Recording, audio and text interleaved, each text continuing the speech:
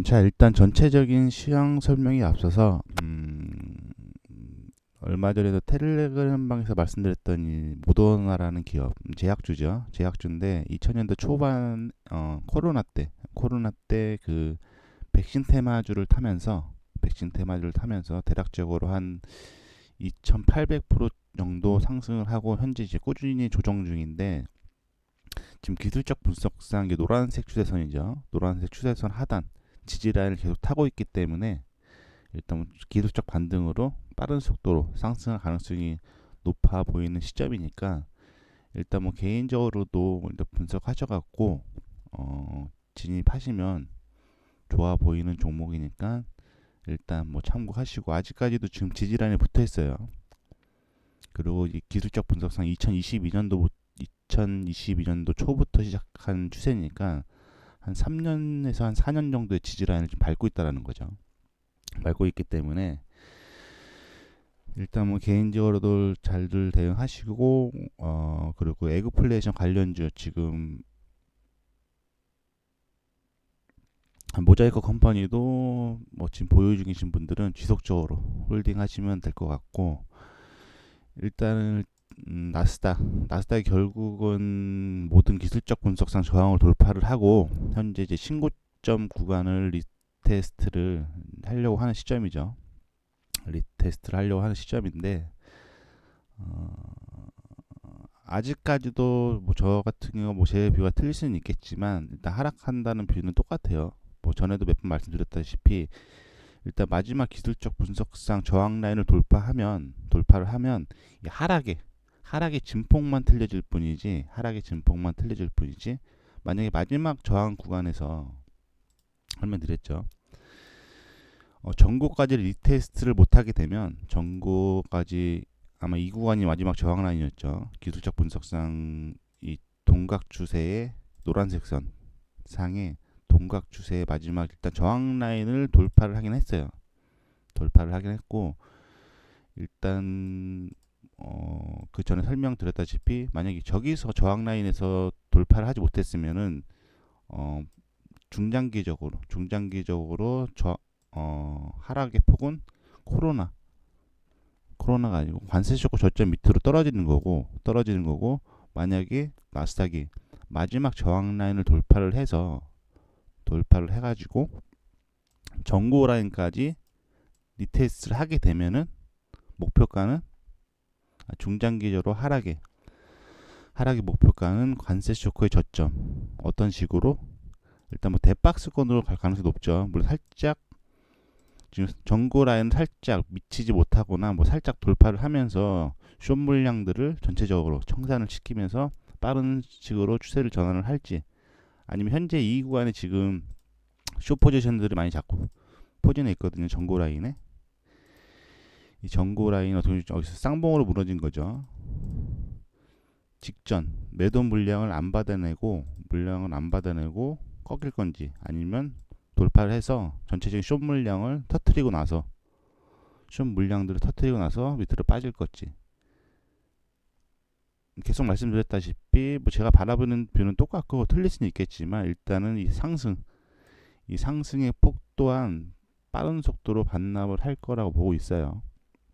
그러면 전고까지 리테스트 하게 되면 목표가는 전체적인 큰 대박스권으로 갈 가능성이 높다라고 보고 있죠. 어떤 식으로?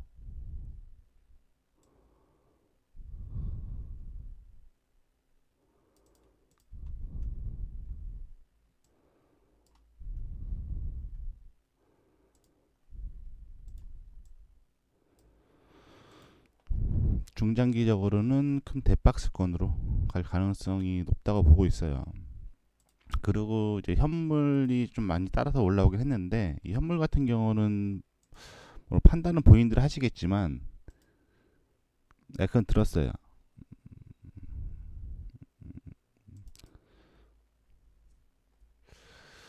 뭐 판단은 본인이 하시겠지만, 뭐 제가 바라보는 뷰는 이 현물 같은 경우는 자칫 물리게 되면 최소 1년 이내에는 빠져나오기 힘들어요.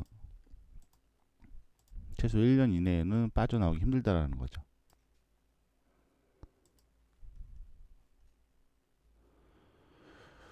왜냐면 지금 얘가 나스닥 컴포지트 인덱스는 3,000개 기업이에요. 3,000개 기업의 평균치를 낸 건데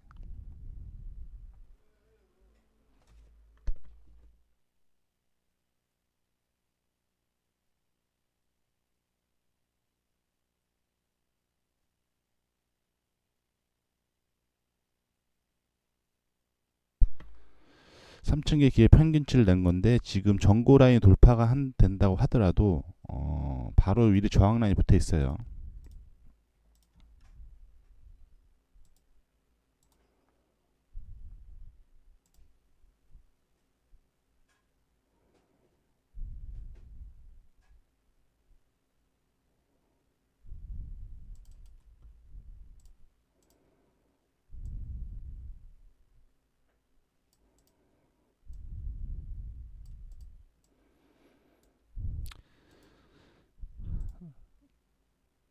이 동각추세 상단 저항을 맞고 관세 쇼크를 맞고 지금 저점을 깼죠. 빠른 속도로 하락을 한 뒤에 지금 다시 한번 전고 라인 리테스트 하고 있는데 이 보시게 되면 이 노란색 선상에 이 노란색 선상의 저항 라인이 바로 뭐 조금 더 추가적으로 올라와서 전고 라인을 리테스트를 한다고 하더라도 이 전고 라인을 리테스트를 한다고 하더라도 위로 바로 저항 라인이 또 붙어 있죠. 저항 라인 구간이기 때문에 이제 거의 아까도 말씀드렸다시피 전고, 왜냐면 지금 전고에 선물 포지션 매도들이 많이 붙어 있기 때문에 이 매도 포지션을 주지 않고 직전에 전고 직전에 꺾일 것인지 아니면 이 전고를 살짝 돌파하면서 현재의 매도 포지션을 손절 물량을 받아낸 다음에 주가가 꺾일 것인지. 일단 전고 라인까지 왔기 때문에 중장기적으로 하락은 이런 식으로 대박스권으로 갈 가능성이 높다고 보고 있어요. 현재로서는요. 나스닥 엔비디아 같은 경우 현재 헤드앤숄더를 돌파를 하긴 했는데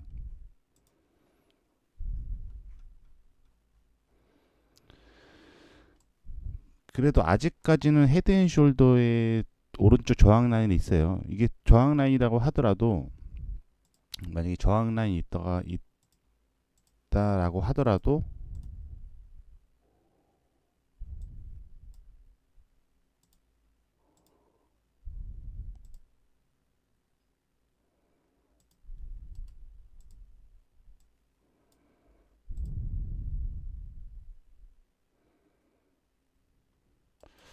사실상 지금 이제 기술적 분석상 저항 라인이 다 돌파가 됐기 때문에 어디서 저항을 받을지 몰라요. 이제 현재 이제 매도 포지션 같은 경우는 물량을 잘 조절해 가면서 이제 하락적으로 추세가 강하게 터질 때까지 물량을 조절을 해가면서 일단은 대응.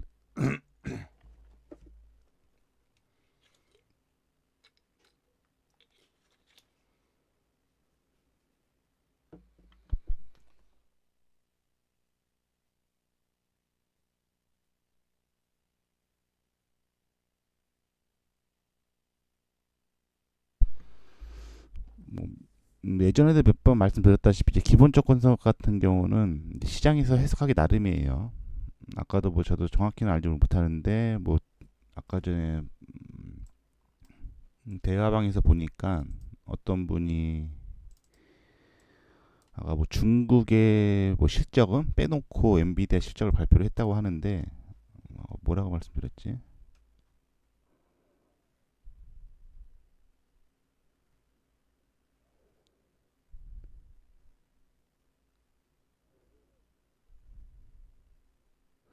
중국 손실 포함하면 하회인데 그것 빼고 실적을 발표했다고 해요. 저도 정확히 알아보지 못했는데 엔비디아 실적이 중국의 실적을 빼고 실적을 발표한 거라고 해요. 현재로서는. 정확한 뉴스인지 모르겠는데 기본적 분석 같은 경우는 시장에서 해석하기 나름이에요.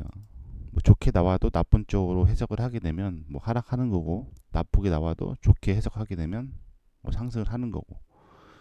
그 저번에 그 트럼프 관세 이슈에도 불구하고 소비자 물가가 좀 좋게 나왔죠. 큰 폭으로 상승을 안 했는데 실질적으로 이번 분기부터는 그 소비자 물가가 직접적으로 영향을 받는다고 해요. 뭐 물론 그 지표가 발표가 돼봐야 알겠지만 저번 달의 소비자 물가는 이제 트럼프 관세 쇼크로 인해서 전체적인 소비자 물가 CPI가 높게 상승할 거라고 예측을 했는데 이 시장 예상치보다 높게 나오지 않았죠. 높게 나오지 않았는데 이번 분기부터 이제 그 소비자 물가 지수에 직접적으로 영향을 받는다고 해요. 그리고 이제 이번 달 6월 달이 얼마 안 남았죠. 5월 달이 얼마 안 남았는데 7월 달에 일본 금리 발표가 있죠. 일본 금리 발표가 있고 일단 일본 쪽에서는 뭐 0.2포인트를 올린다고 하는데 일단 0.25포인트만 올린다고 하더라도 이 엔케이 불확실성 쇼크가 다시 한번 시장에 불확실성을 확대시킬 가능성이 높죠. 일단 일본의 금리 발표가 언제로 잡혔냐면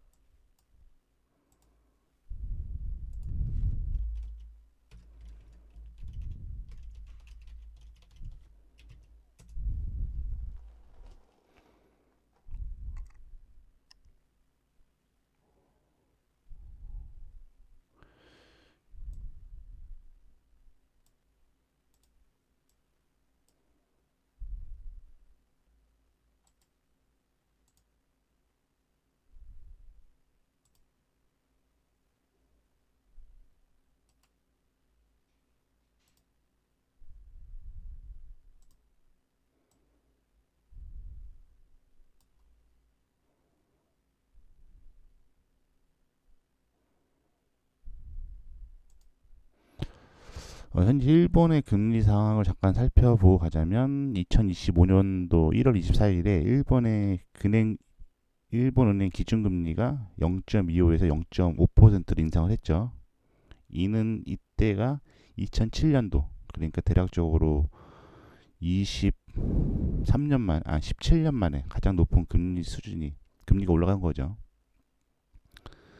그리고 일본이 통상적으로 매년 8차례 금리 발표를 하는데 2025년도 정확한 발표 일정 변경될 수 있는데 1월, 3월, 4월은 지나갔고 이제 7월이 남았죠. 7월이 남았고 7월 정도에 금리가 올라갈 가능성이 높다고 예측을 하고 있어요. 현재로서는요.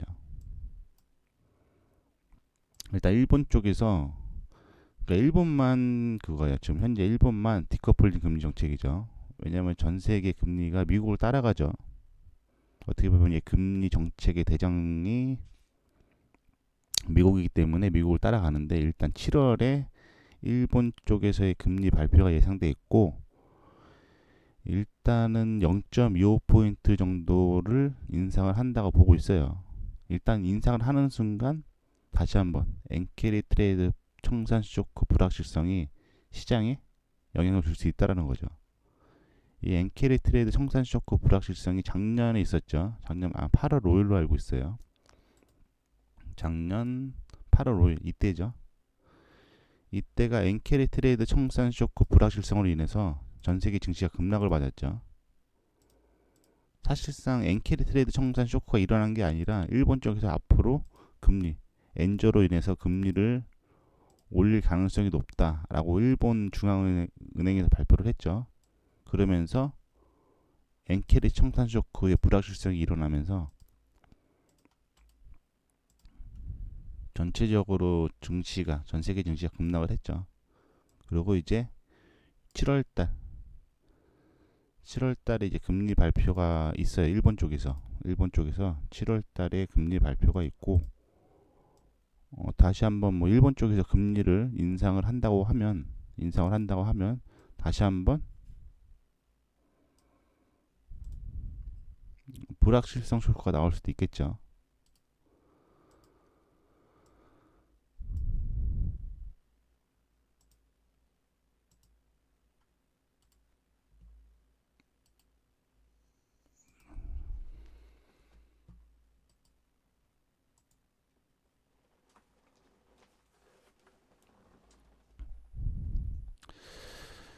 그래서 지금 신규로 이제 주식을 진입하시는 분들은 일단은 여기서 자칫 잘못 물리게 되면 일단은 파동상 파동상 중장기적으로 뭐 하락을 한다고 예측을 하면 최소 1년 이내에는 뭐 다시 이런 대박스권으로 올라온다고 하더라도 1년 이내에는 빠져나오기 힘들다라는 거죠.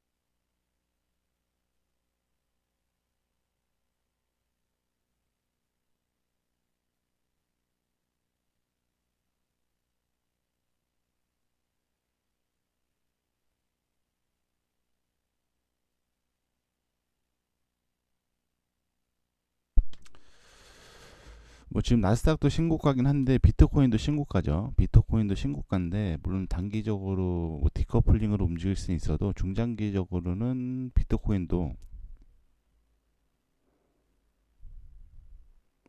왜냐하면 그 전에는 일본 쪽에서 금리를 이렇게 동결시켰죠. 변동금리가 아니라서 거의 17년 동안 그 금리 정책이 똑같았어요. 그래서 일본의 금리 정책이 시장에 반영되기 전이었죠. 일본의 금리 정책이 시장에 반영되기 전이었는데 일단 엔저로 인해서 지금 일본 쪽에서 이제 금리를 인상하는 금리 인상 정책을 펼치고 있기 때문에 일단 시장에 파급을 줄 가능성이 높죠.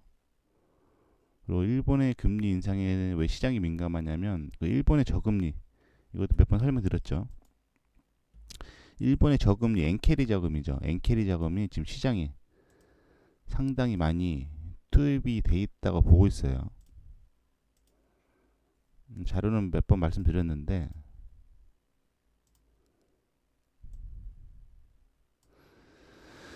자, 엔캐리 트레이드 청사 쇼크가 뭐냐면 이제 일본의 저금리 엔화를 빌려서 이제 고수익 자산에 투자하는 전략이죠.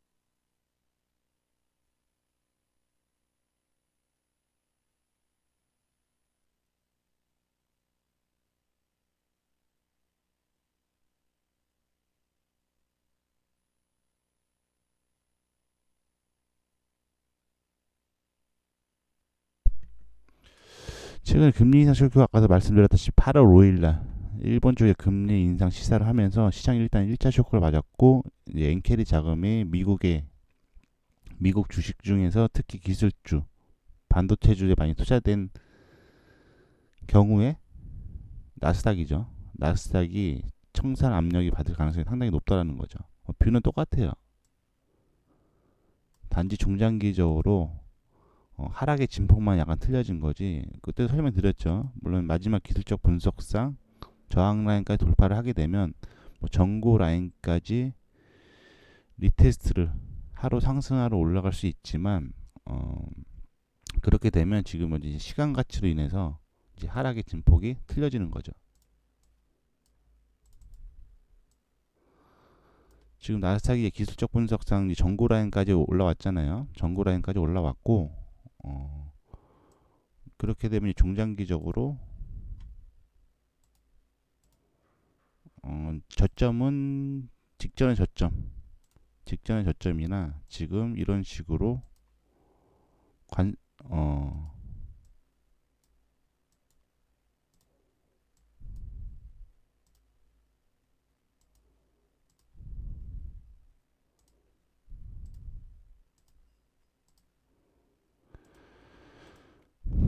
자, 나스닥 컴포지트 인덱스는 3,000개 기업, 나스닥의 3,000대 기업을 평균치를.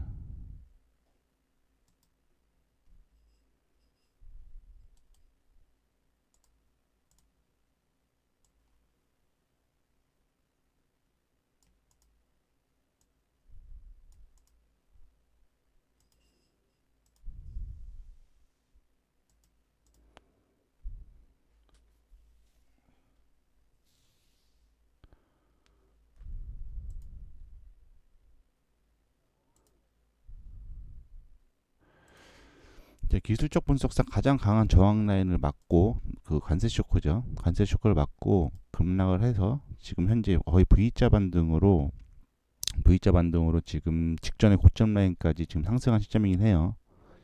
시점이 하고 지금 고점 라인에 그 선물 나사 선물 매도 포인트 상당히 많이 들어가 있거든요. 지금 많이 대기를 하고 있죠. 대기를 하고 있기 때문에 이제 직전에 매도 물량을 안 받고 밑으로 꺾일 것이냐 아니면 전고점 라인을 살짝 돌파를 하게 되면 바로도 저항 라인에 붙죠. 저항 라인에 붙어서 매도 포지션 숏 물량을 청산시킨 다음에 하락을 하느냐 뭐 그 차인 거지.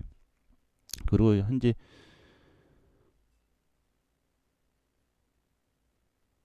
전구 라인까지 왔기 때문에 이제 중장기적으로는 목표가가 관세 쇼크 저점으로 떨어졌다라는 거죠.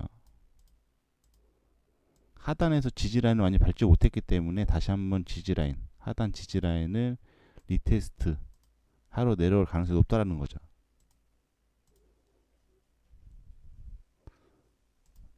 다시 한번 리테스트를 하로 내려오게 되면 이제 직전에 저점 라인까지 조정이 들어올 수 있겠죠.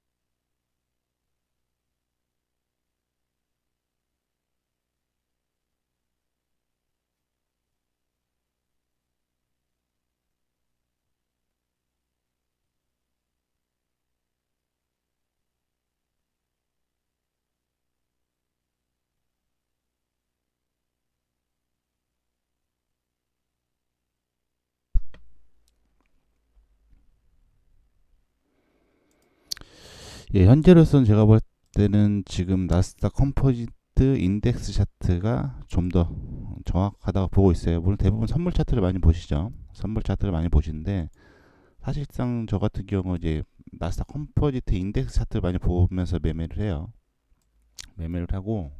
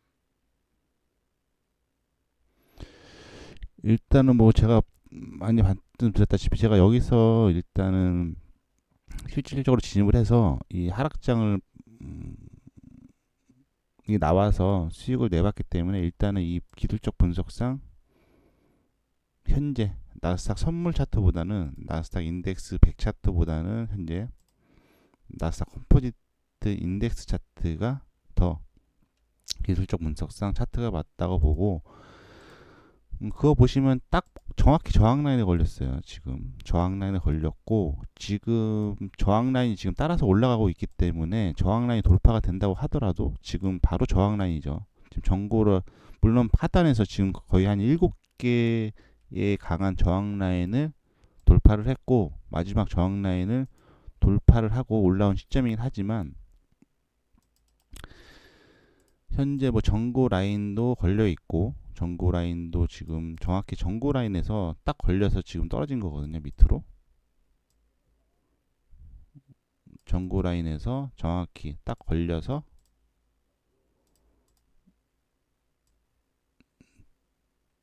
관세 쇼크 저항 어떤 관세 쇼크가 불확실성이죠. 걸려서 지금 쇼크를 받은 후에 지금 뭐 거의 V자 반등으로 상승을 하고 있는 시점인데 사실상 이게 어떻게 보면 뭐 제가 틀릴 수도 있겠지만 어떻게 보면 지금 광기죠.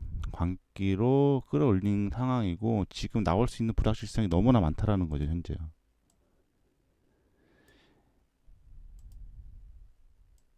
그리고 이런 식으로 끌어올린다. 일단 저도 시장에 거의 한 2007년도 서브프라임 모기 때 정도부터 있었으니까 거의 한 10, 저도 한 7, 8년 정도 있었는데 시장에서 저는 이제 FX 마진 이제 환율 시장부터 있었는데 일단 밑으로 빠지기 시작하게 되면은 저점 최소 이 저점 라인 얘가 중장기적으로 지금 계속 빠진다고 말을 하고 있지만 얘 추세 자체가 그래도 미국 지수인데 트렌드 라인 자체가 상승 추세긴 해요. 상승 추세긴 한데 지금 계속 빠진다고 보고 있지만 최소 이 지지 라인 정도는 확인을 해주고 기술적 분석상 이 지지 라인은 최소 확인을 해줘야지만 중장기적으로 지지 라인 반발력을 받아서 다시 한번 상승을 할 수 있다라고 보고 있는 거예요.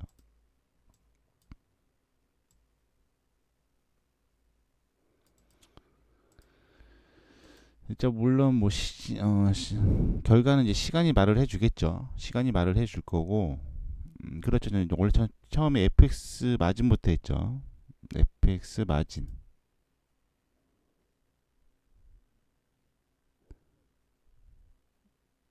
FX 마진부터 했었죠.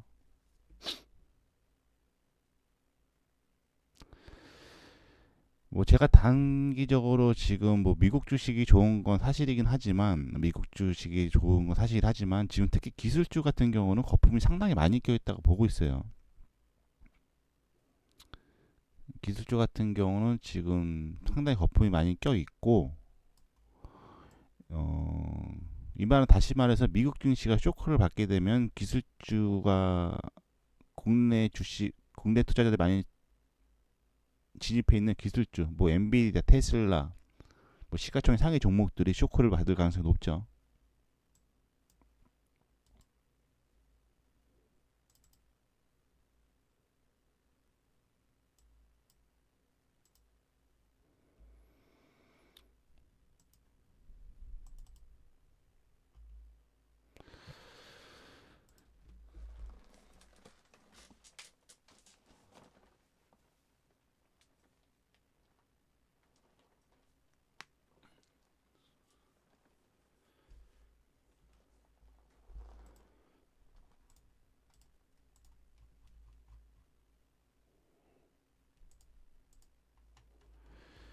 이거 혹시 차트도 길게 그 나스닥 차트 좀 길게 안 보시는 분들도 있죠. 길게 안 보시는 분도 있고 지금의 고가 구간이 뭐 그냥 단기적으로 그냥 고가다, 뭐 신고가다라고 볼 수 있는데 장기 차트로 보시게 되면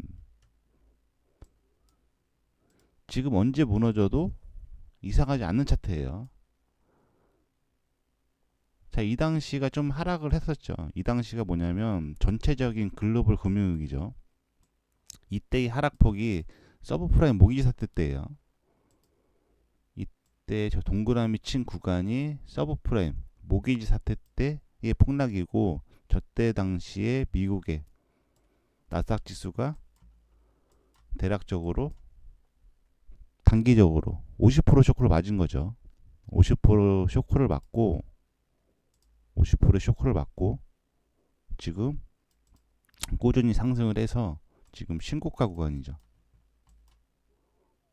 이때가 서브프라임 모기지예요.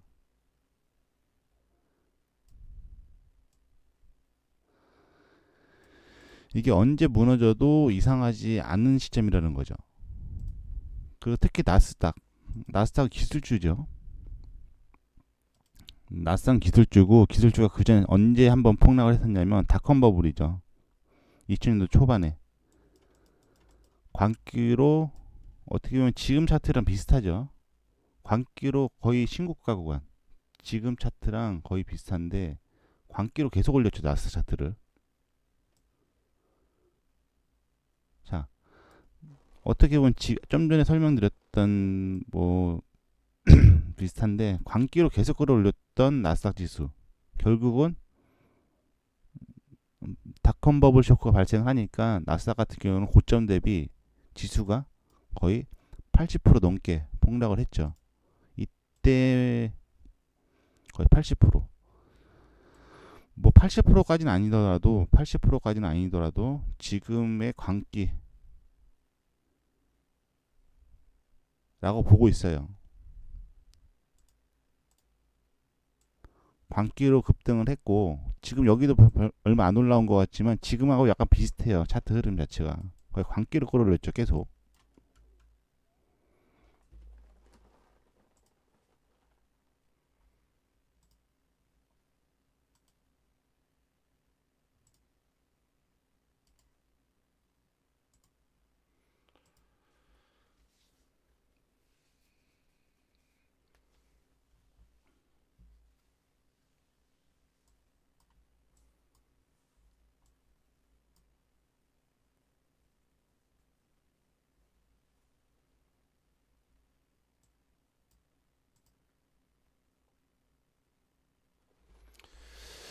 물론 모더나, 아까도 설명드렸다시피 모더나 같은 경우는 미국 증시가 폭락을 해야지만 상승할 가능성이 높아요. 지금 모더나 차트 분석해 놓은 건데,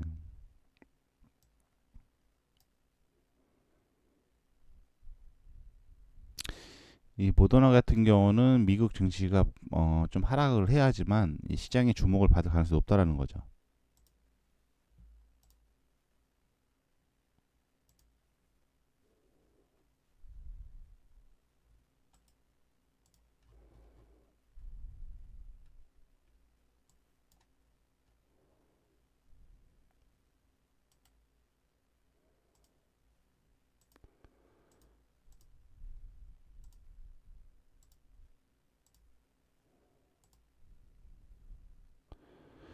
이 주식 현물 보유하고 계신 분들은 뭐 그 물량을 좀 줄이기 싫다라고 하시면 이런 모더나 같은 단일 종목 같은 경우를 매수를 해서 해증을 거는 게 좋죠.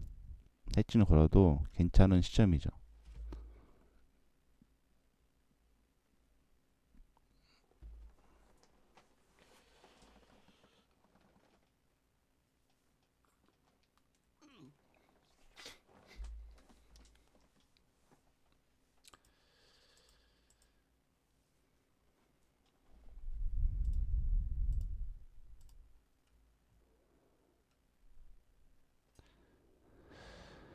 아무튼 그래서 제가 바라보는 뷰는 같다라는 거죠. 뭐 계속 매번 강조드리지만 지금 나스닥이 사상 최고치 구간이 고점 구간이었는데 신고가 구간이었는데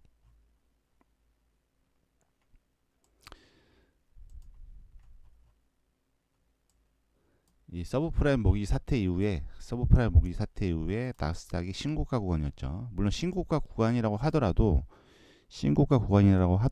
이때가 서브프라임 모기지고 어차피 나스닥이 최근 닷컴 버블이 있기 전에 최저점이죠. 닷컴 버블이 있기 전에 최저점이었고 이 신고가를 때리는 시점에 이 신고가 구간을 진입하는 시점에 물론 저기가 신고가 구간이 아닐 수도 있죠. 신고가 구간이 아닐 수도 있었단 말이에요. 아닐 수도 있는데 제가 왜 지금 나스닥을 계속 하락 쪽으로 보고 있느냐면 신고가 구간에서 어떤 식으로 떨어졌는지 이 시장에서는 기본적 분석이 있고 기술적 분석이 있죠. 그리고 기본적 분석 같은 경우는 진짜 시장에서 어떻게 해석하느냐에 따라서 틀려요. 그 개인들은 사실상 해석을 정확히 할 수가 없죠. 왜냐면 뭐 전체적인 이제 기본적 분석이라고 하면 어저께 발표된 뭐 엔비디아 실적, 뭐 미국의 CPI, 뭐 금리 발표, 뭐 비농업 고용자 변수 발표 이런 걸 이제 시장에서 기본적 분석이라고 하죠. 기본적 분석 발표. 그리고 매일 시장에서 쏟아져 나오는 뉴스. 이거 기본적 분석 같은 경우는 시장에서 좋게 나왔다고 뭐 지표 자체가 좋게 나오고 실적이 좋게 나오게 되면은 일단 뭐 증시가 상승을 하는 건 맞죠. 증시가 상승을 하는 건 맞는데 뭐 대체적으로 이제 기본적 분석이 원하는 방향대로 시장이 움직이긴 한데 이게 시장에서 해석하기 나름이라는 거죠.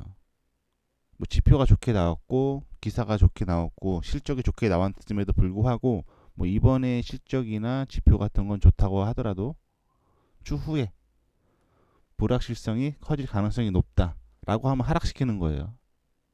최근의 사례만 봐더라도 미국의 GDP가 예상치보다 하회를 하니까 앞으로 그 증시가 단기적으로 쇼크를 맞고 폭락을 했죠. 나스닥 지수가 얼마 전에. 그러고 나서 순간적으로 폭락을 했는데 시장에서 미국의 GDP가 하회를 했으니까 중장기적으로 연준에서 금리를 내릴 가능성이 높다라고 해석을 하면서 다시 한번 그 하락분 폭락 위로 증시를 끌어올리는 그런 모습을 보여줬다라는 거죠. 그래서 기본적 분석 같은 경우는 시장에서 해석하기 나름이고 일단 이 신고가 구간에서 제가 판단한 기술적 분석상 가장 강한 저항 라인에 걸려서 하락을 했다라는 거죠. 물론 지금 V자 반등을 해서 상승을 하고 전고점 라인까지 지금 리테스트를 하러 올라오는 도중이긴 한데 최악의 경우 전고 라인을 돌파가 한다고 하더라도 기술적 분석상 가장 강한 저항 라인이 바로 위에 붙어 있어요. 자, 무슨 말인지 이해되시나요? 지금 나스닥 지수가 전고 라인까지 리테스트를 지금 하는 시점이죠. 전고 라인까지 리테스트를 하러 V자 반등으로 끌어올리고 있는 시점이긴 한데 최악의 경우 돌파를 한다고 하더라도 위로 바로 저항 라인이라는 거죠. 저항 라인이기 때문에 최소 여기서 지금 트럼프 관세 쇼크를 맞고 폭락을 했는데 이 지지 라인을 확실히 밟아주지 못했어요. 차라리 여기서 조금 더 하락을 해서 이 지지 라인을 밟아줬으면은 저 같은 경우도 상방을 계속 받겠죠. 지금이 매도뷰가 아니라 저 당시에 관세 쇼크를 받고 조금 더 하락을 해서 이 지지 라인을 확인을 했고, 확인을 하는 시점에 지금 끌어올렸다라면,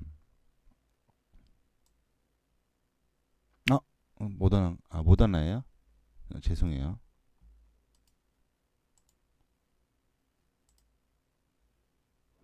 일단 모더나, 일단 뭐 지금 매수 라인이니까 참고하시면 되고.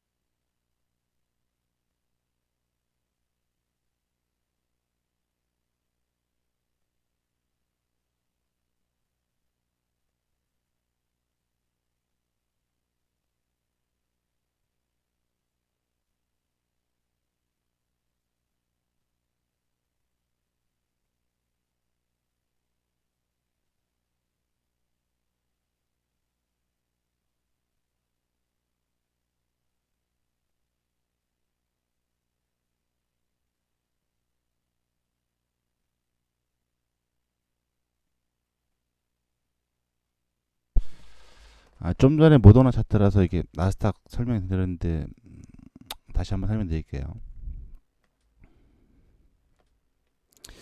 물론 나스닥이 신고가라고 하지만 더 안 올라갈 수는 없다라는 거죠. 고점의 아래 방향, 우하향 각도. 기술적 분석은 뭐 하기 나름이에요. 정해진 건 없어요. 뭐 지표값, 뭐 RSI 같은 경우는 뭐 수식값을 집어넣고 하면 되지만, 이 기술적 분석이라고 하면 답이 없다는 거죠. 랜덤이죠. 프레임을 작게 잡으면은 또 추세대가 틀려지고, 크게 잡으면 틀려지고, 이 추세는 답이 없어요. 실제 개인 트레이드의 역량이지 뭐 우하향각, 우상향각 이런 걸 잡을 필요는 없다라는 거죠. 기준점을 줄 필요는 없어요. 왜냐면 이게 수식으로 잡을 수 있는 게 아니잖아요. 뭐 상승 추세라고 해서 수식값을 집어넣은 다음에 수식값을 집어넣어서 추세대를 잡는 건 아니잖아요. 그렇기 때문에 이 정답은 없다라는 거죠.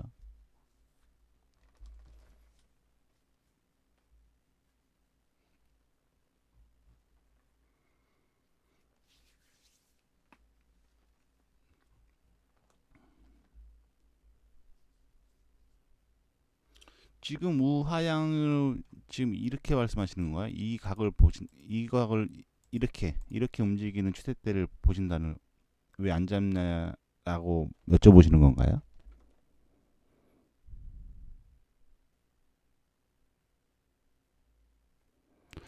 뭐 기술적 분석상 우회한각을 잡게 되면은 이 구간을 리테스트 하지 못했기 때문에 이 어떻게 보면 이 저항 라인을 여기서 돌파를 시킨 거죠.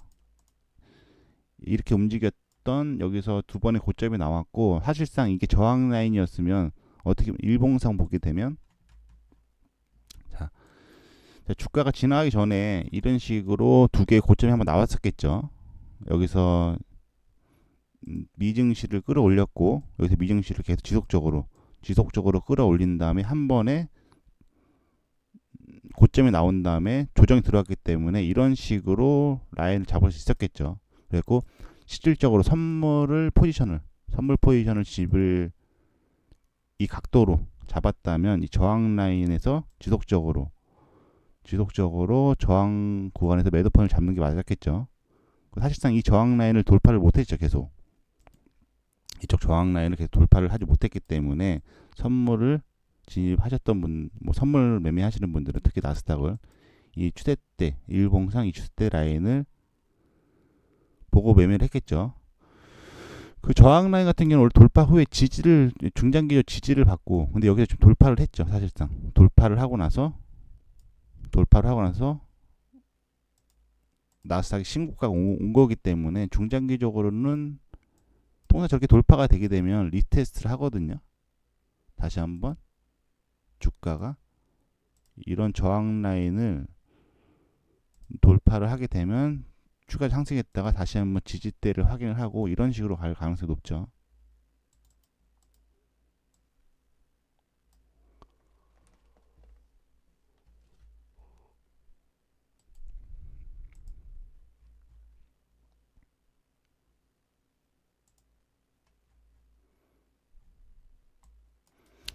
좀 전에 모더나 차트 때문에 제가 왜 계속 나스닥을 지금 전고 라인까지도 올라왔지만 지금 계속 하락 쪽으로 보고 있느냐면, 일단 기본적 분석 악재도 상당히 많아요. 첫 번째는 이제 7월에 일본의 금리 발표가 있죠. 일단 일본 쪽에서 금리를 뭐 다들 아시겠지만 지금 엔저로 인해서 뭐 일본으로도 많이 가고 그랬는데, 일본 쪽에서 거의 17년 동안 금리 정책을 바꾸지 않았는데 최근에 엔저로 인해서 금리 인상을 실행을 하고 있죠. 실행을 하고 있는데 이건 기본적 분석 내용이에요. 기본적 분석의 불확실성이죠. 지금 설명드리는 건 기본적 분석상의 불확실성이라 보고 있는 건데, 일단 7월 달에 일본에서 금리 발표 예정이 있고 일단은 올릴 가능성이 있다고 해요. 금리를. 일본 쪽에 금리를 올리게 되면 저금리로, 원래 일본이 금리 정책 유지를 했으니까 일본 쪽이 만에 하나 금리를 0.25포인트로만 올린다고 하더라도 엔캐리 트레이드 불확실성이 다시 한번 시장이 노출될 가능성이 높죠. 노출될 가능성이 높고, 이 관세 쇼크 폭락이 있기 전에 증시에 가장 큰 데미지를 줬던 쇼크가 일본의 엔캐리 트레이드 청산 쇼크가 일어난 게 아니에요. 쇼크가 일어난 게 아니라 이때 일본 중앙은행에서 앞으로 엔저로 인해서 금리를 올릴 가능성이 높다라고 시장에서 발표를 했죠. 그러니까 시장에서 일본 쪽에서 금리가 올라가게 되면은 엔캐리 자금이 빠지겠다라는 시장에서 불확실성이 확대가 된 거죠. 실질적으로 청산 쇼크가 일어난 건 아니에요.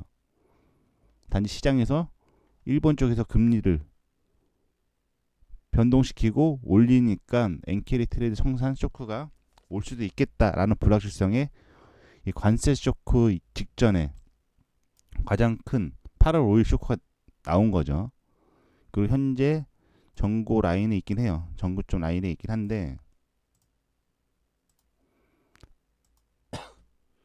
만약에 일본 쪽에서 금리를 올리게 되면 이때의 쇼크보다는 시장에서 주는 파급력이 더 강할 가능성이 높죠. 실질적으로 금리가 올라가면서 엔캐리 자금이 회수가 될 가능성이 높으니까, 실질적으로는요. 일단 그게 1차적인 시장에서 보는 불확실성 쇼크고, 그리고 이 엔캐리 트레이드 청산 쇼크보다 더 크게 보고 있는, 이제 시장에 중장기적으로 올 거라고 보고 있는 쇼크는 뭐냐면, 이 전체적인 농산물 가격 상승으로 인해서 소비자 물가가 폭발을 하는 거죠. 이건 뭐 내용을 잘 모르시는 분들 상당히 많으신데, 현재 뭐 지구 온난화는 다들 알고 계시죠. 지구 온난화 같은 경우 다들 알고 계시고, 그로 인한 뭐 기후 변화까지는 다들 다 알고 계시는 거죠. 다들 다 알고 계시는 내용이고, 제가 봤을 때는 시장에서 뭐 트럼프의 관세 쇼크, 뭐 그리고 일본의 엔케리 청산 쇼크보다는 실질적으로 이 농산물 가격,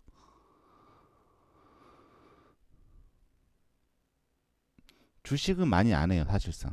현물 주식은 많이 안 하고 그냥 좋아 보이는 종목, 뭐 모더나나 뭐 그런 기술적 분석상 좋아 보이는 종목만 하지 뭐 배당주를 받으려고 들어가진 않아요 현물 같은 경우는. 뭐 지금 다들 아시는 쇼크, 뭐 관세 쇼크도 있고, 어 지금 엔케리 트레이드 청산, 일본의 엔화 불확실성 쇼크도 있는데, 일단 시장에 제가 개인적으로 봤을 때 가장 크게 쇼크를 줄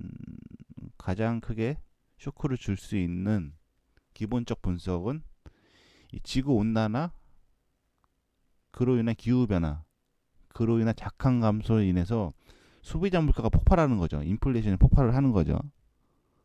이 말은 다시 말해서 에그플레이션 쇼크가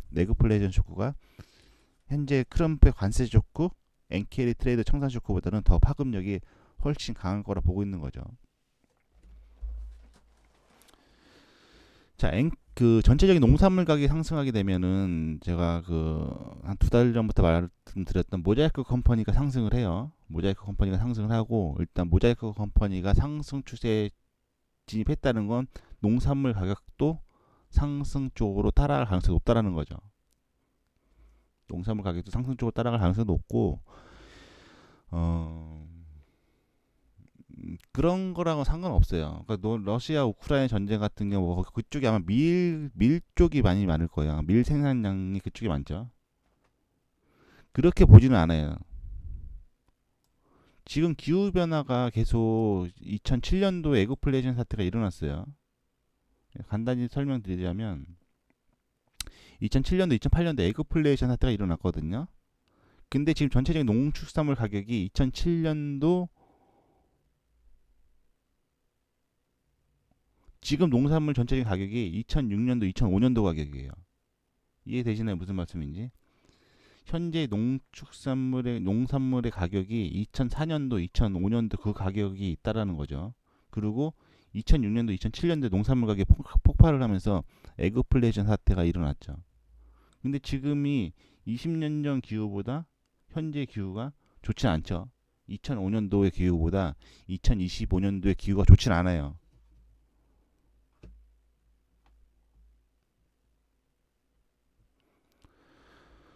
곡물 가격이 안정화라는 건 없어요. 실질적으로는 기후 변화가 단적으로 이렇게 설명드릴까요? 자, 수확 시기가 왔어요. 이제 수확 시기가 얼마 안 남았는데 갑자기 그 수확 시기가 온 그 지역에 폭우가 내리거나 가뭄이 내서 싹쓸이 됐어요. 이 농산물 같은 경우는 순간적으로 움직이기 때문에, 철저히 수요와 공급의 원칙에 의해서 움직이기 때문에, 뭐 작황지에 전체적인 불이 나서 불 진화가 안 됐어요. 사실상 아니죠. 무조건 따뜻해진다고 잘 자라는 건 아니죠. 그 적정 기후가 있기 때문에 그 온도가 있어야지, 그 적정 기후의 온도가 있어야지. 또 너무 더우면 또 말라 죽겠죠. 날씨가 너무 덥게 되면은 말라 죽겠죠. 또 더운 상태에서 비가 안 내리면은 그것 또한 또 말라 죽겠죠. 그래서 전체적인 농산물 가격이 작황이 감소가 되게 되면은 이 소비자 물가가 폭발적으로 상승을 해요. 소비자 물가가 폭발적으로 상승을 하고, 이 농축산물 같은 경우는 사람의 주식이기도 하지만 가축의 주식이기도 하죠. 지금 농산물 상품이 되게 많아요. 뭐 라이브 캐들, 뭐 소, 돼지, 뭐 닭, 옥수수, 밀, 쌀, 이 상품들이 디커플링으로 잘 안 움직여요. 만약 상승을 시작하게 되면 이 수많은 농축산물 가격이 다 한 방향으로 상승을 한다라는 거죠. 그렇게 되면 이 말은 다시 말해서 이 소비자 물가가 폭발할 가능성이 높아요. 아니죠. 소비자 물가가 빠른 속도로 상승을 하죠. 근데 농산물 가격의 상승의 인플레이션이 뭐가 무섭냐면, 이 전체적인 농산물 가격을 이 상승을 해서 소비자 물가 인플레이션 폭발을 하게 되면은 이 미국의 금리 인상으로 인플레이션을 못 막는다는 거죠. 단적으로 미국에서 돈을 많이 풀어내는 양적 완화를 실현해서 사실상 그 화폐 가치 하락으로 인해서 인플레이션이 발생을 하니까 이때 미국 쪽에서 금리를 올리기 시작했죠. 금리를 올리기 시작했는데 그런 그 인플레이션, 화폐 가치, 돈을 찍어내는 양적 완화로 인한 인플레이션, 화폐 가치 하락은 그 금리 인상으로 막아낼 수 있는데 이 농축산물 가격이 전체적으로 급등을 하면서 소비자 물가를 상승시키게 되면 미국 쪽에서 금리를 아무리 올린다고 하더라도 이 인플레이션을 잡아낼 수 없다라는 거죠. 이 말은 다시 말해서 인플레이션 다음 단계인 스태그플레이션까지도 진입할 수 있다라는 거죠.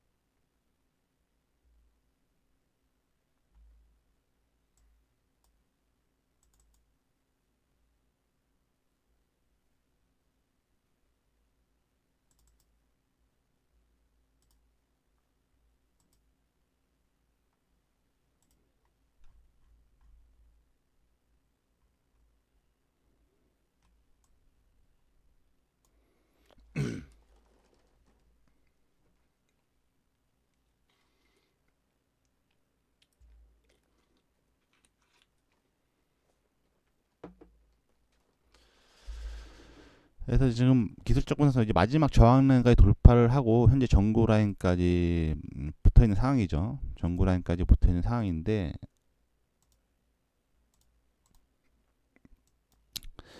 뭐 제가 바라보는 뷰는 최소 다시 한번 관세 쇼크 저점 밑으로 깨질 거라 보고 있어요. 뭐 물론 시간은 걸리겠죠. 그리고 현재 나스닥 전체적인 차트인데 이 나스닥의 최저점이 이 구간이죠. 이 구간이 2007년도, 2008년도 이 구간이 나스닥 2004년도 거의 20년 동안 최저점이죠. 이 구간이 어떤 시점이었냐면 미국 쪽에서 주택담보 그리고 지금 미국 쪽에서 주택담보 부실 대출이 다시 한번 발생할 가능성이 또 있다라는 카더라가 있어요. 자, 2007년도, 2008년도 2007년도, 2008년도에 뭐가 터졌냐면 미국 쪽에서 주택담보 부실 대출, 서브프라임 모기지 사태가 터졌죠. 그리고 지금 카더라로는 지금 다시 한번 주택담보 부실 대출이 터질 가능성이 또 있다고 하고 이때 당시 미국의 최저점이에요. 최저점이고 그러고 나서 꾸준히 상승을 했죠. 나스닥 지수가. 예, 서브프라임 모기지 사태를 맞고 꾸준히 상승을 했어요. 이때 하락폭이 얼마 안 돼 보이지만 확대해서 보시게 되면 이때 당시에 나스닥 지수가 고점 대비 50% 폭락을 맞았어요. 고점 대비 대략적으로 서브프라임 모기지 사태를 맞고 서브프라임 모기지 사태의 폭락을 맞고 대략적으로 나스닥 지수가 단기적으로 50% 정도의 조정이 들어왔죠. 대략적으로 2200에서 1100 이하까지 떨어졌으니까 50% 정도 하락 쇼크를 받고 꾸준히 상승을 했어요.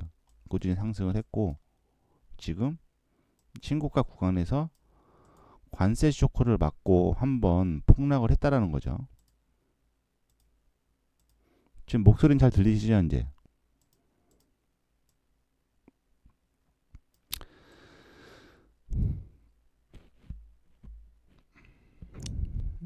서브프라임 모기지 폭락 사태를 맞고 꾸준히 상승을 해서 지금 어떻게 보면 신고가 구간인데 물론 이 신고가 구간이라고 해서 더 안 올라가는 건 아니에요. 이 신고가 구간이라서 더 안 올라가는 건 아닌데 왜 지금 계속 하락 쪽으로 보고 있느냐면 일단 나스닥 지수 같은 경우는 기술주예요. 기술주 같은 경우는 대략적으로 뭐 현재 실적보다는 뭐 엔비디아 그런 기업들 빼고 뭐 테슬라 그런 기업들 빼고 이 현재의 실적보다는 미래 가치로 인해서 이 부채 자산이 상당히 많아요. 다시 말해 대출금. 뭐 현재 물론 엔비디아 같은 경우는 지금 뭐 실질적 실적을 내고 있고 그런 대형주들도 많지만 이 기술주 특징이 뭐 현재 이제 기술력을 발판으로 앞으로의 매출 증대로 인해서 부채가 상당히 많다라는 거죠. 부채가 상당히 많아요. 그래서 트럼 뭐 관세 서브프라임 모기지 사태 이후에 신고가 구간에 있고 이 기술주기 때문에 이 직전에 거품이 닷컴 버블이죠. 근데 지금 차트가 약간 비슷해요. 닷컴 버블 때랑 평균치를 유지다가 닷컴 버블을 타고 나스닥 지수가 급등을 했죠. 나스닥 지수가 급등을 하고 나서 이 닷컴 버블 기술적 버블이 터지니까 대략적으로 고점 대비 나스닥 같은 경우는 고점 대비 한 80%까지 조정이 들어왔죠.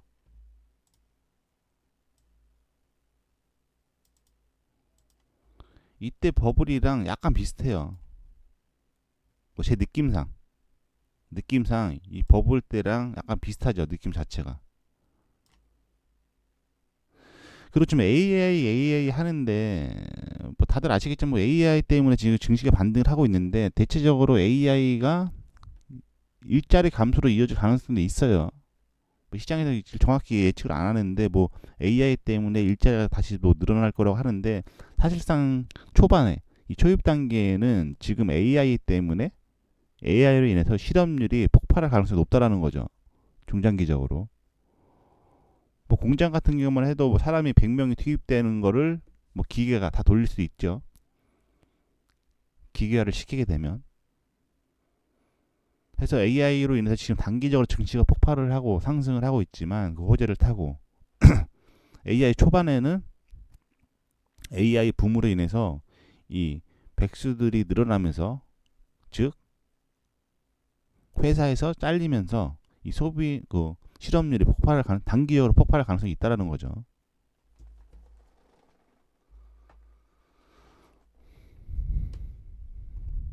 물론 지금 신고가 구간이긴 한데 이 신고가 구간에서 더 안 올라가는 건 아닌데 이미 쇼크가 기술적 분석상 가장 강한 저항 라인에서 이미 한번 주가가 흔들렸다는 거죠. 밑으로 어떻게 이 저점과 저점을 연결을 하고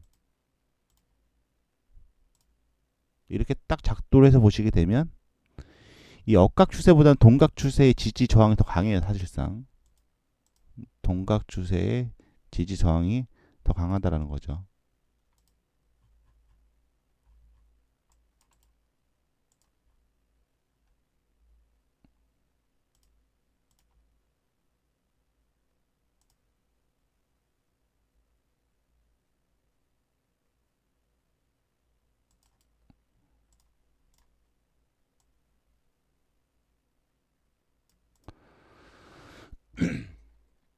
그리고 결국 보시게 되면 이 저항 라인에서 버티다가 결국은 트럼프 관세 쇼크를 맞고 저항 라인을 확인을 하고 결국 버티다가 관세 쇼크를 맞고 폭락을 했거든요.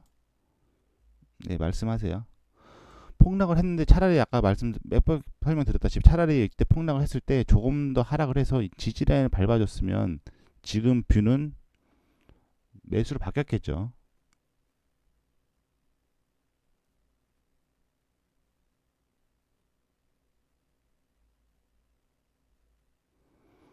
복사 넣기를 안 하고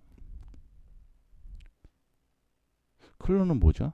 트레이딩 뷰는 그냥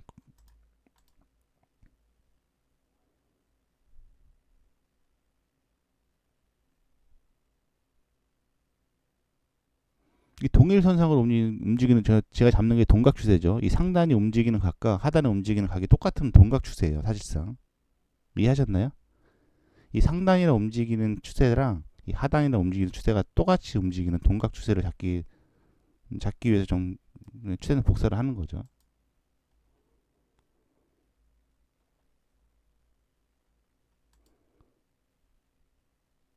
뭐 다른 건 없어요. 그래서 지금 이 하단 지지 라인을 밟아주지 못하고 지금 떠뜬 거죠.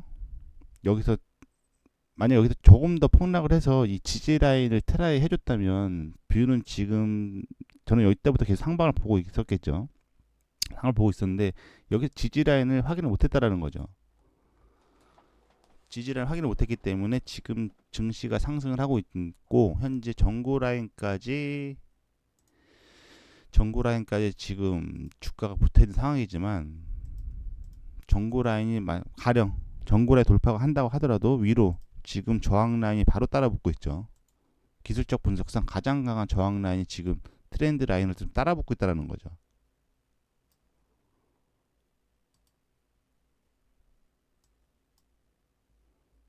따라붙고 있기 때문에 조정, 최소 중장기적으로 제가 하락을 보고 있지만 장기적으로는 물론 상방을 보고 있어요. 하지만 조정이 없이는 못 올라갈 가능성이 높다라는 거죠.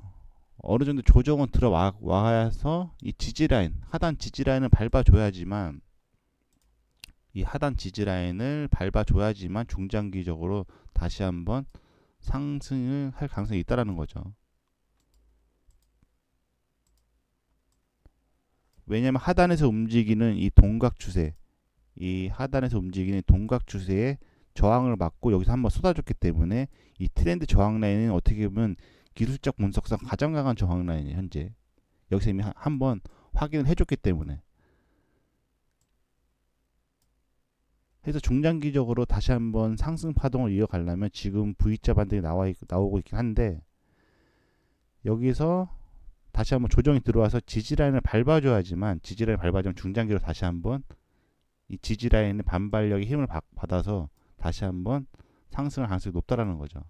단기 하방이고 중장기 상방이죠.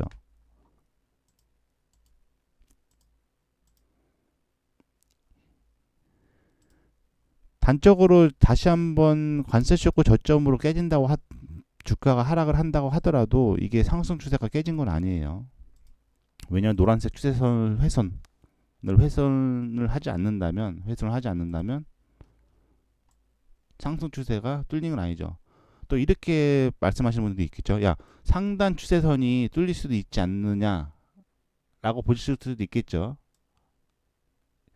야, 미증시니까 그래도 나스닥이니까 이 상단 저항 채널대를 뚫고 올라갈 수도 있지 않겠느냐라고 뭐 반문하시는 분도 있는데 이게 지금 시간같이 계속 따라서 올라가죠. 이게 지금 상승 추세이기 때문에 지금 시간이 지나면 지날수록 계속 따라서 올라간다라는 거죠. 이 말은 다시 말해서 나스닥이 이 추세선 돌파를 하는 순간 일본 기점상으로 단 하루도 음목으로 마감하면 안 돼요. 무슨 말이냐? 여기 현재 해가지고 이런 식으로 돌파를 해서 이 상단 채널대를 돌파를 할 수도 있지 않느냐고 마무리할 수 있는데 이게 지금 추세선 라인이 지금 계속 따라서 올라간다는 거죠. 위로 올려놓다고 하더라도 계속 올라가야 돼요. 일봉상 계속 이런 식으로 계속 종가를 양봉으로 마감해야죠. 여기서 옆으로 횡보만 해도 다시 한번 추세대 저항대 밑으로 떨어진다라는 거죠. 여기서 계속 일봉상 돌파를 하고 나서 계속 일봉상 양봉으로 마감해야 된다는 건데 이 추세선을 지지를 밟아주려면 돌파를 하고 나서 계속 양봉으로 계속 올려야 돼요. 일봉 종가 기점으로 계속 양봉 마감을 해줘야 된다는 건데 단 하루만 음봉으로 마감을 해도 추세선 밑으로 떨어진다는 거죠. 저항대 밑으로. 이해되셨나요?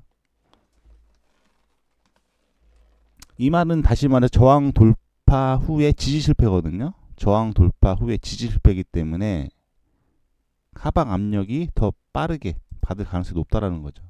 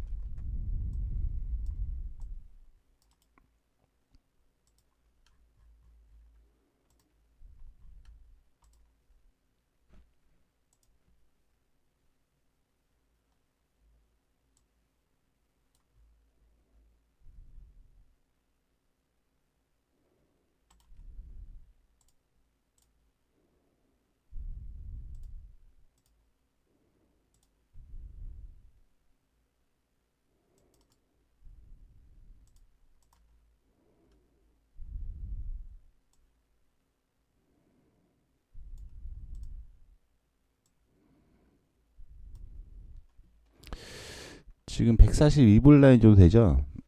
엔비디아가.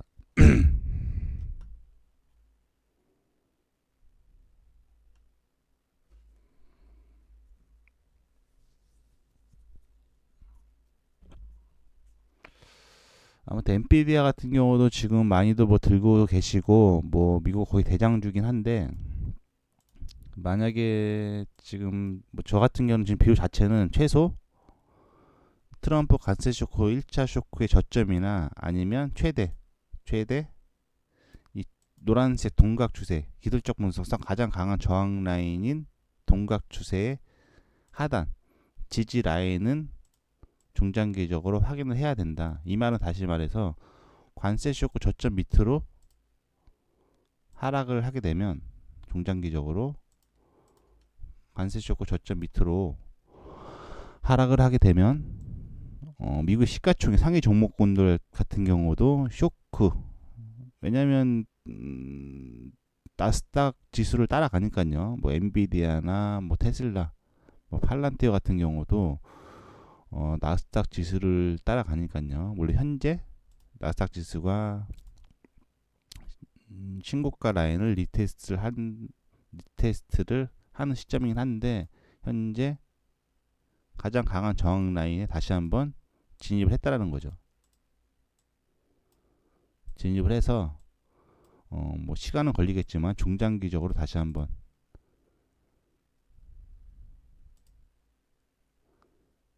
장기 하락 파동이 나오게 되면 최소 관세 쇼크 저점, 최대 추세선 하단 지지 라인까지 움직이게 되면 엔비디아 또한 일단 저점 밑으로 무조건 최소 저점 밑으로는 깨지겠죠. 왜냐면 커플링으로 움직이니까 최소 저점 밑으로 깨지고, 지금 엔비디아도 이제 마지막 저항 라인이 한데 만약에 이런 식으로 채널을 타고 움직이면 이 저점이 깨지는 순간 다음 지지 라인이 이쪽 라인이거든요. 대략적으로.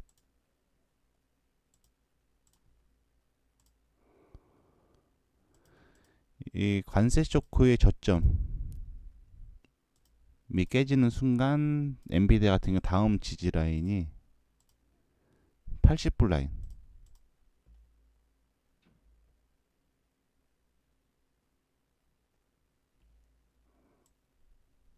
80불 라인이고, 뭐 이 트렌드 라인, 지금 뭐 나스닥도 이제 저항 라인에 진입을 했는데, 이 트렌드 라인을 타고 만약에 하락을 한다라고 하면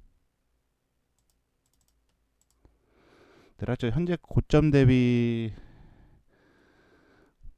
그렇죠, 한 40% 정도 빠지는 것 같은데,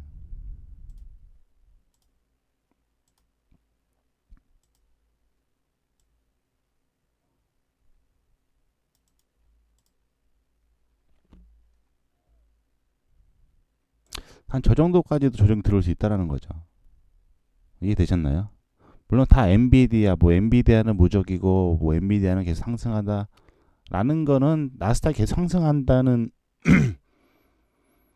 이유에서 성립을 하는 건데, 나스닥이 폭락을 하게 되면 뭐 엔비디아가 가장 시가총액 상위 종목이니까 가장 쇼크를 크게 받겠죠.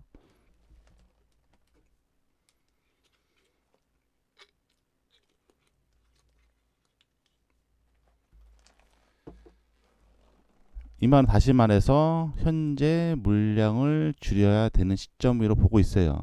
근데 이제 개인들이 이런 말을 이제 싫어하죠. 개인들은 뭐 물량을 줄여라 이런 말은 싫어하는데, 일단 뭐 판단은 개인적으로 잘 하셔갖고 잘 대응을 하셔야죠. 거의 시드 자금의 자체가 반토막이 날 가능성이 높고, 일단은 현재 구간에서 물리게 되면 최소 1년 이내에는 빠져나가기 힘들다라는 거죠. 이해되셨나요?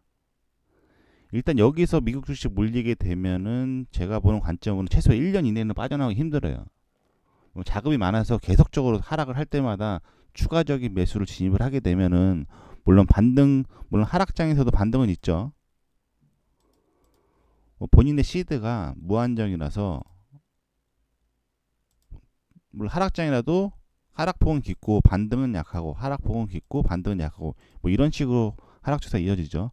그럼 본인이 자금 시드가 많아서 하락할 때마다 매수를 타면은 뭐 중간에도 뭐 약수익이나 빠져날 수 있는데, 만약에 자금이 없다, 여기서 몰빵을 때렸다고 하면, 몰빵을 때린 상태에서 만약에 주가가 예상했던 이런 움직임, 이런 파동으로 움직여서 다시 한번 관세 쇼크의 저점이나 추세선 하단을 지지하러 중장기적으로 하락을 하게 되면 최소 1년 이내에는 빠져나오기 힘들다라는 거죠.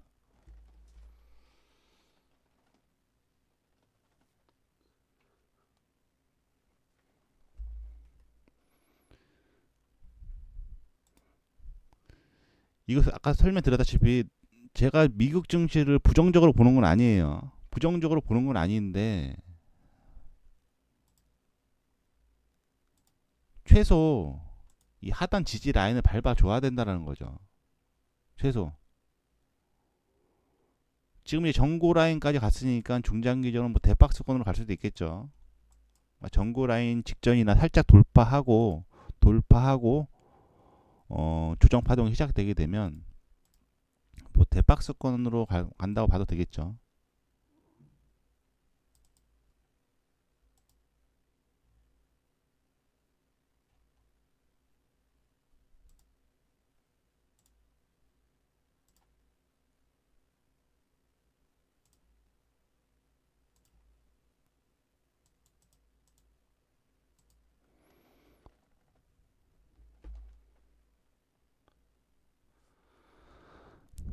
아까 설명드렸죠. 뭐 대박스권 상단으로 얘가 돌파를 할 수 있지 않느냐라고 아까 뭐 생각하시는 분도 있는데, 이 대박스권 직전의 고점 저항 라인인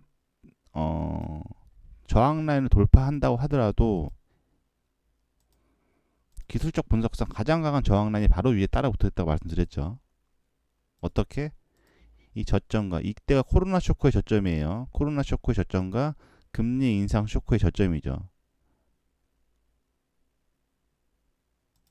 이때 금리 인상을 실행을 하면서 증시가 하단 쇼크를 맞았죠. 하락 쇼크를 맞고, 이때가 코로나 쇼크의 저점, 이때가 금리 인상 쇼크의 저점이에요.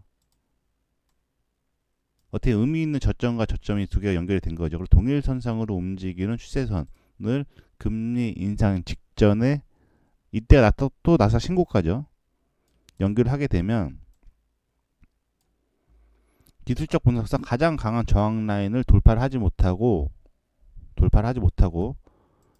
과세쇼크를 맞고 폭락을 했죠.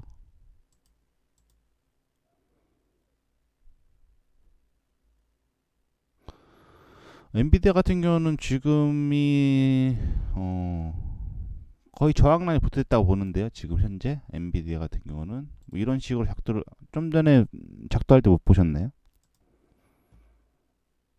지금 프리장에서 직전 고점, 어떻게 보면 하락갭, 이쪽에서 하락갭으로 떨어졌죠. 하락갭으로 시작을 해서 여기서 갭이 떴죠. 그리고 여기서 하락갭을 메꾸면서 하락갭 상단에서 지금 저항을 맞고 다시 한번 폭락을 했는데, 지금 하락갭의 저항 라인에 걸려 있다고 봐요. 현재 하락갭의 저항 라인에 걸려 있는 상황이죠. 이 구간이죠. 예, 안녕하세요. 여기서 하락갭 맞고 하락했다가 하락갭 상단 메꿔줬다가 다시 한번 하락을 하고, 지금 현재 하락갭의 상단 다시 한번 전고 라인까지 붙어 있는데, 뭐 이런 식으로 추세선을 작도를 해서 뭐 보자면,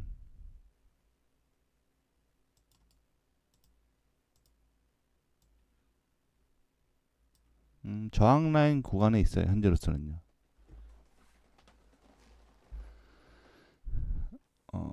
방송 종료 후에도 다시 보기 보시면 돼요.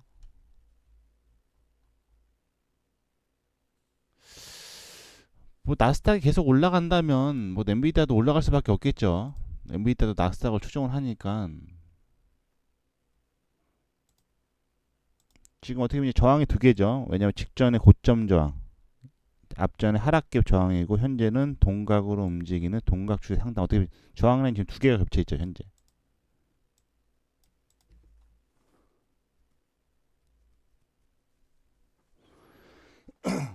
뭐 현재 제가 보는 관점으로 이래요. 저는 다른 지표 같은 건 안 봐요. 그냥 기술적 분석으로 그냥 추세만 작도해서 보지. 뭐 지표 예전에도 저도 봤죠. 뭐 RSI, 스토캐스틱, 볼린저 밴드, 뭐 피보나치, 뭐 거래량, 이평선 등도 다 봤는데 이제는 안 봐요.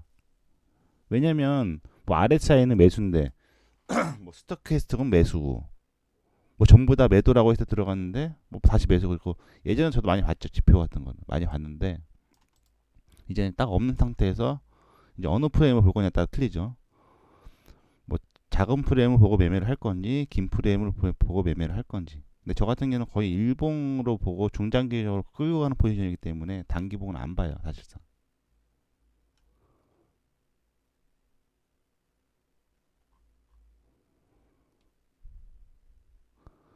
그리고 만약에 사실상 지금 뭐 이 추세선이 무너진다고 하더라도 뭐 지금 저항 라인이긴 한데 뭐 이런 식으로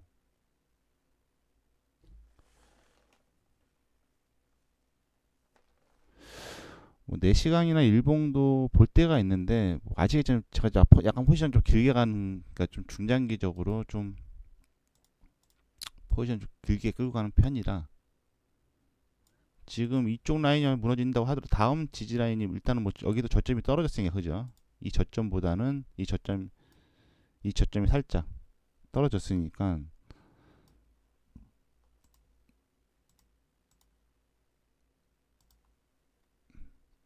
뭐 이건 뭐 사실상 빡세겠네요 해가지고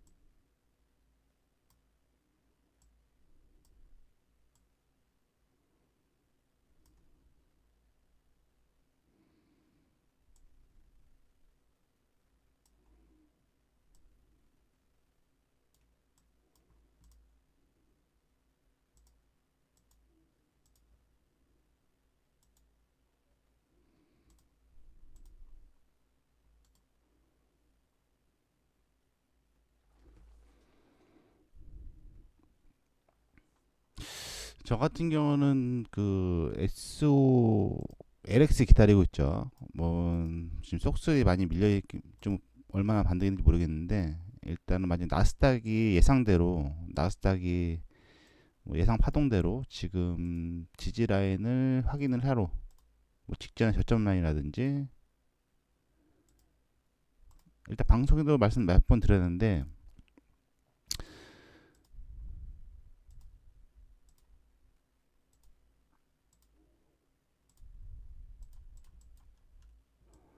만약에 하단 지지 라인을 확인을 하러 만약에 다시 한번 지금 전고 라인에 있고 아까 설명드렸다시피 마무리 설명드릴 건데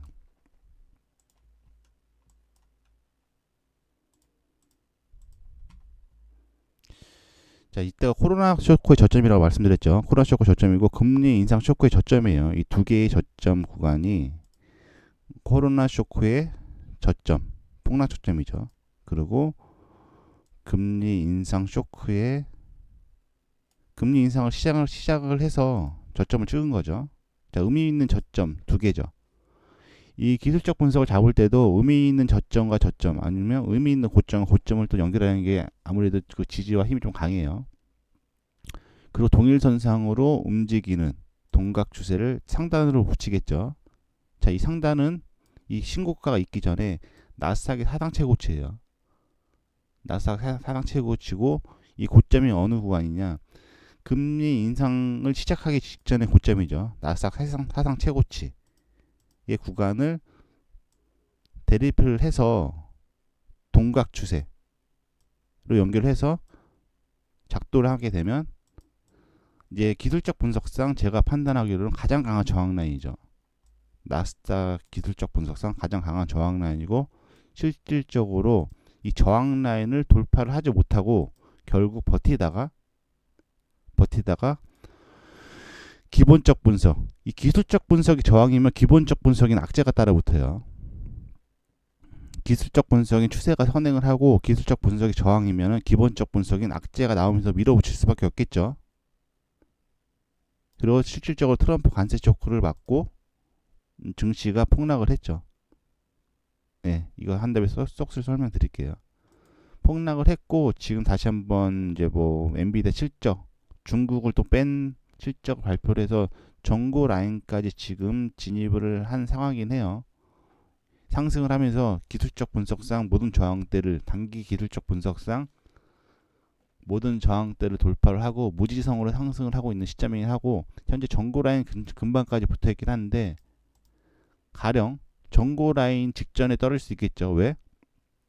현재 선물 포지션은 쇼 포지션이 전고점 라인에 상당히 많이 붙어 있어요. 실질적으로 전고점 라인에 상당히 많이 붙어 있기 때문에 이 말은 다시 말해서 이 주체 세력들은 왜냐면 다들 너도 알고 나도 알고 옆집도 알고 다 알고 있는 매도 포지션이기 때문에 여기서 직전에 꺾이면 이 매도 포지션을 안 달고 내려가겠죠. 안 달고 내려가기 때문에 직전에 꺾이거나 아니면 차라리 이 매도 포지션을 전고 라인을 살짝 돌파를 해서 이 매도 포지션을 손절시키는 상황 나올 수 있겠죠. 하지만 지금 전고 라인부터 돌파를 한다고 하더라도 지금 기술적 분석상 가장 강한 저항 라인이 붙어있다. 현재 붙어있고 조정이 들어오게 되면 최소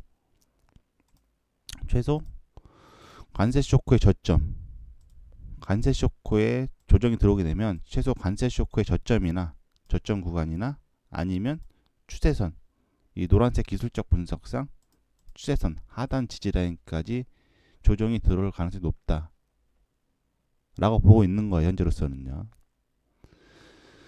제가 무조건적인 지금 왜 계속 나스닥을 하락 쪽으로 보고 있냐면 지금 단기 하방이고 중장기 상방이라고 말씀드렸죠. 지금 노란색 채널 때는 이 관세 쇼크의 저점 밑으로 깨진다고 하더라도 이 채널 때만 살려내면 중장기적으로는 상승 추세를 유지할 수 있어요.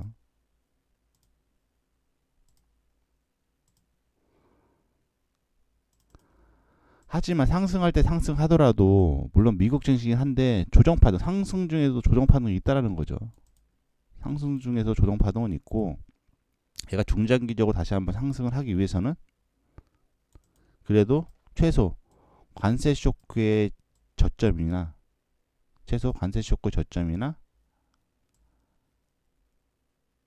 아니면 추세선 하단 지지라인을 밟아줘야 된다는 거죠. 자, 여기까지 무슨 말 이해되셨나요? 여기까지는 무슨 말씀 이해되셨어요?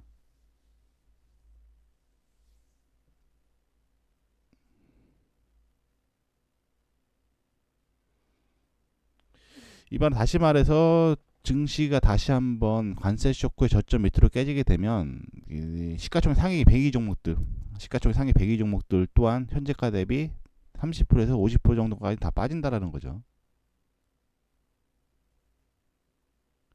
이미 앞전의 움직임도 나스닥을 따라서 같은 움직임을 보여줬기 때문에 엔비디아도 아까 설명드렸다시피 지금 뭐 나스닥을 따라서 똑같이 하락을 했죠. 나스닥을 따라서 똑같이 하락을 했고, 관세 쇼크 맞고 폭락했다가 관세 유예시키고 상승했다가 지금 중국 실적을 뺀, 중국 이것도 좀 웃기긴 한데 중국 그 실적을 발표를 해서 지금 상승을 지키고 있긴 하지만 나스닥이 다시 한번 하락을 하게 되면 지금 저항 라인에서 조정을 받고 하락을 하게 되면 엔비디아 또한 중장기적으로 하락을 받을 수 있다는 거죠. 어디까지? 일단은 저점까지 깨지게 되면 엔비디아도 저점이 깨지겠죠. 관세 쇼크의 저점이 깨지고 내려올 거고, 지금 현재 기술적 분석상 동일선상으로 움직이는 동각 추세 저항 구간에 걸려 있다는 거죠. 현재 어쩌면 직전의 고점과 하락갭의 고점과 추세선의 동각 추세 상단 저항과 그러니까 양저항에 걸려 있는 상황에서 중장기적으로 하락을 하게 되면 이 저점, 관세 쇼크의 저점이 깨지는 다음 지지 라인은 뭐 이 구간이겠죠.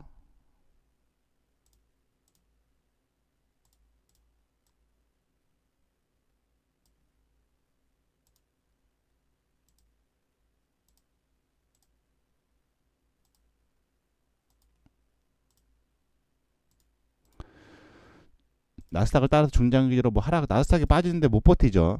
이건 뭐 다들 아시겠지만 나스닥이 이런 식으로 계속 만약에 하락을 하게 되면 지금 저항 라인에서 지속적으로 하락을 하게 되면 엔비디아가 그걸 못 버텨요.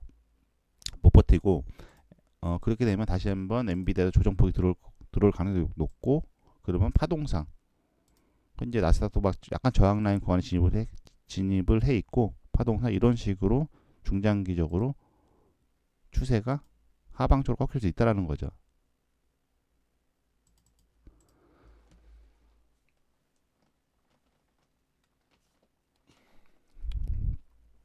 이 말은 다시 말해서 고점 대비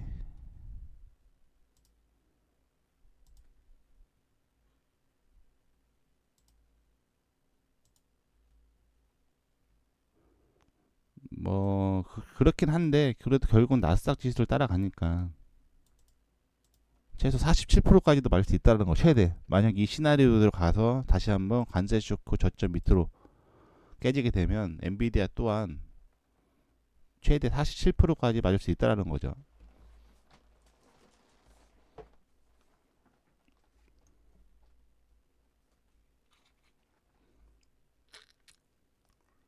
시가총액 상위 종목들, 배기 종목들 같은 경우는 디커플링으로 못 움직인다고 몇 번 말씀드렸는데, 물론 실적이 좋다고 하더라도 디커플링을 못 움직여요. 나스닥이 폭락하는데, 나스닥이 하락을 하는데, 뭐 엔비디아 실적이 좋다. 디커플링으로 못 움직여요. 대신 하락의 폭이 좀 작아지겠죠.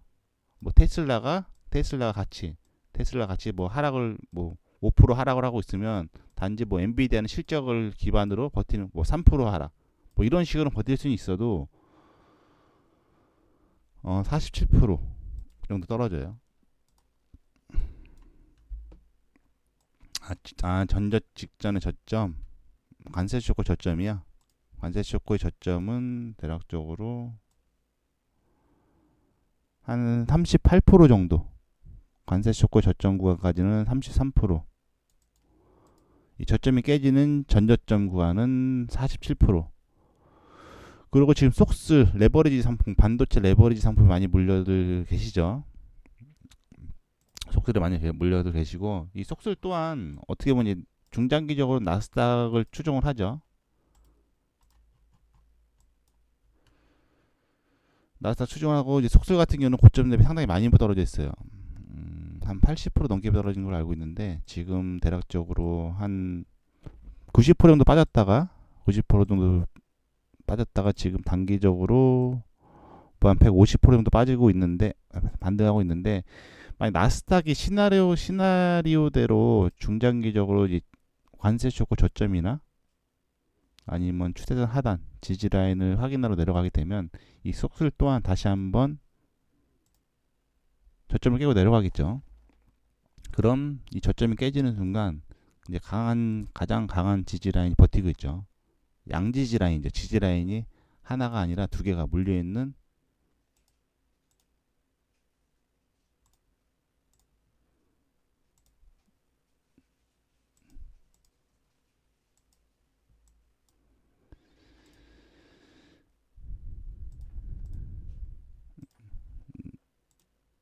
한 4불에서 5불 라인 정도, 한 4.5불에 한 5불에서 4불 라인, 5불에서 4불 라인 정도.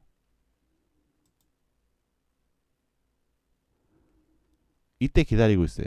이때 만약에 오게 되면은 단기적으로 얘는 또 기술적 반발력 상당히 높을 가능성이 높아요. 최대 한 20불 라인, 22불 라인까지 튀어 올라갈 수 있죠. 왜냐면 이 말은 다시 말해서 이 속슬이 여기 붙었다라는 건 만약에 5불에서 4불 라인에 붙었다는 건 나스닥 지수가 지금 직전의 지지 라인이나 아니면 추세선 하단을 지지를 했다라는 거거든요.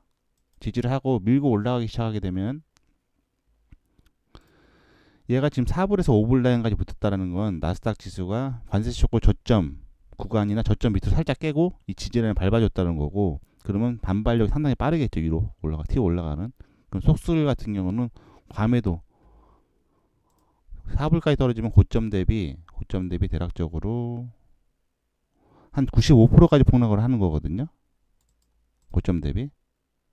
나스닥을 따라서 4불에서 5불 라인 정도 붙었다라는 건 나스닥도 지지 라인에 붙어 있다라는 거야. 이 파동대로 움직이면서 지지 라인에 붙었다라는 거죠. 그렇게 되면 얘도 한 5불에 4불 라인을 진입을 한 거고, 그럼 여기서 나스닥이 지지를 받고 상승을 하게 되면 얘는 반발력이 2배수로 더 빠를 수 있죠. 최대 어디까지?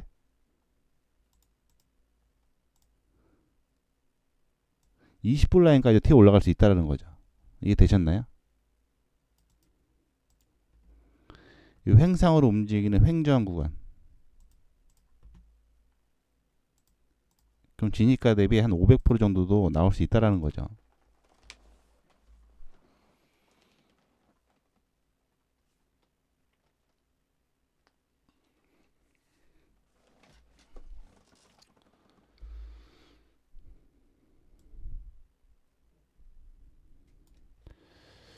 일단 해서 뭐 다시 보기 못 보신 분들은 다시 보기 보시고, 일단 마지막으로 설명드리자면, 그리고 모더나도 지금 기술적 분석상 상당히 좋은 자리에 있거든요.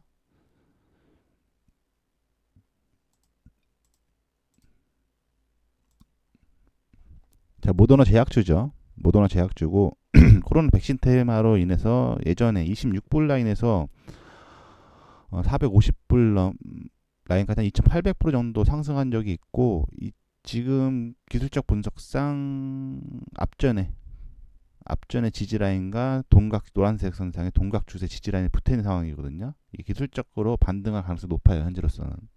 그리고 현재 뭐 2025년도에 뭐 3건의 신규 승인이 있다고 하고, 일단 그래도 뭐 참고해서 보시면 될 것 같고, 기술적 분석상으로도 지금 좋은 자리에 있긴 해요. 좋은 자리에 있긴 하니까 뭐 참고해서 뭐 대응하시면 될 것 같고, 나스닥 같은 경우는 지금 V자 반등을 하고 있지만, 저는 계속 이 채널대 하단은 최소 이 채널대의 하단은 확인을 해야지만 중장기적으로 다시 한번 추세선을 유지할 수 있다. 이미 딱 동각 추세의 상단 저항을 맞고 저항이 들어왔기 때문에 현재 V자 반등으로 고점에 붙어 있는 시점이지만, 돌파를 한다고 하더라도 최악의 돌파를 한다고 하더라도 바로 위에 저항대가 지금 따라 붙고 있다라는 거죠.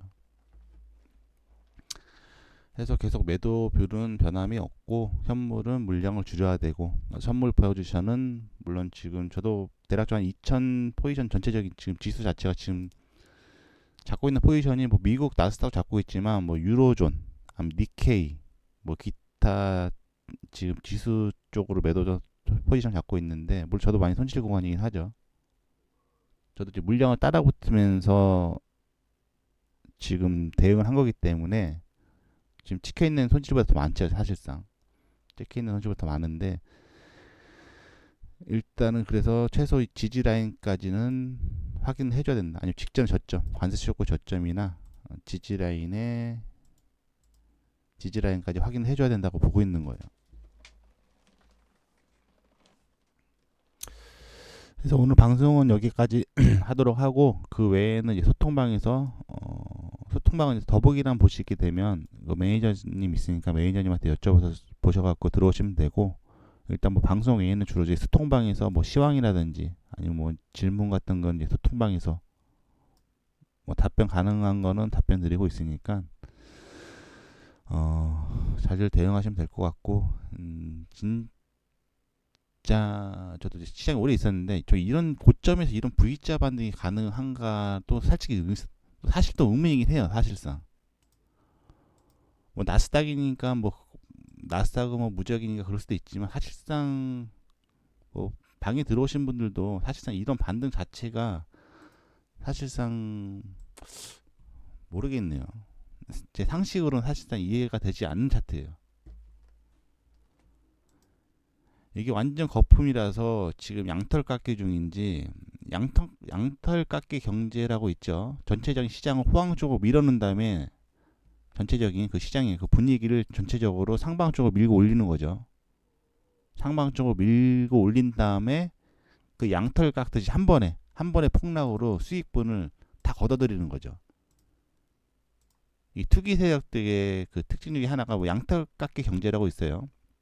이 전체적인 시장 상황을 이제 상방 쪽으로 모는 거죠. 해가지고 상방 쪽으로 모른 다음에 그게 최고치에 달했을 때 얘네들이 대규모 매도 포지션을 취해갖고 한 방에 밀어내죠, 시장 자체를. 그래서 개인들의 수익을 한 번에 걷어들이는 전략이죠. 그러니까 양털이 자랄 때까지 기다리는 거죠. 풍요하게 자랄 때까지 기다렸다가 그 양털을 한 번에 깎아내는 거죠. 뭐 개미털기라도 보는 거죠. 뭐 개미털기랑 뭐 같은 개념이죠.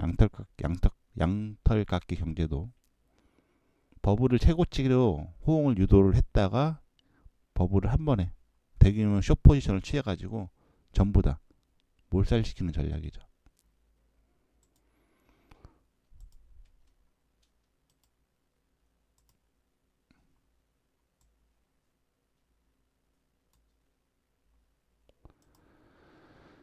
일단 방송은 여기까지 하도록 하고, 그 외에는 이제 소통방에서 소통하도록 하겠습니다.